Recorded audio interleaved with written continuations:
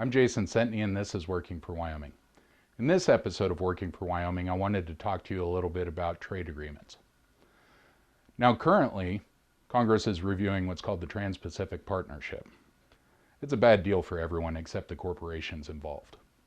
Now, in the past, we've seen NAFTA, CAFTA, and the Korean-U.S. Free Trade Agreement all passed through Congress. Now, the problem with many of those is they've cost this country and hardworking Americans good-paying jobs. NAFTA itself has cost nearly 1 million manufacturing jobs in this country, and they've been replaced with lower wage, lower paying jobs all over this nation. Now you might think, well, I'm not in manufacturing, but it affects everybody. If the manufacturing sector dies and there's not enough money to contribute to that community, then you start having issues with retail sales, you start having issues with restaurants, you start having a lot of other businesses, supporting businesses, actually shutting down. Now the TPP itself is a monstrosity. It's basically NAFTA on steroids. And there's a part of the TPP that's called trade barriers. Now what that means is if a corporation decides that legislation in the United States or legislation in any other participating country happens to infringe upon their ability to make a profit, they could turn around and sue those countries. Now that puts you on the hook as a taxpayer. We'll have to pay these people basically hush money so they don't complain and cause more issues with these trade deals. This isn't good for you.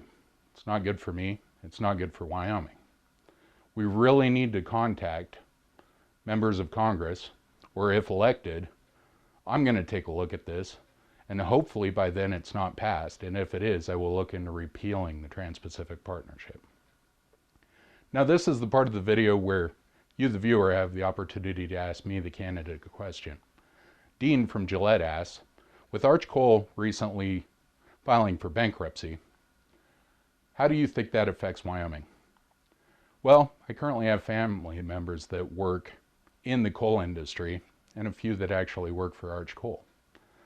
Now in meetings they were told that it's not going to affect their jobs because we actually produce coal that is actually making a profit for Arch Coal.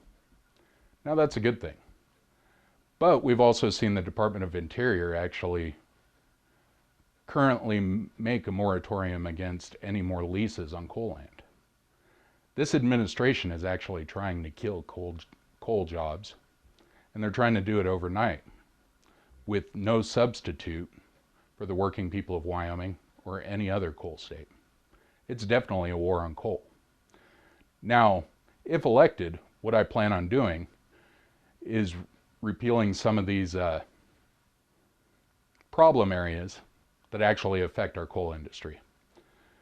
What we need is a diverse energy program in this country.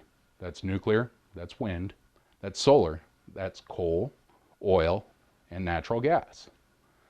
By keeping it diverse, no one area is going to impact this country more than the other if it has an economic downturn or say stocks go down on natural gas or something.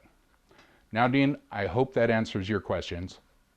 And I also want you to know that I will fight for coal if you elect me.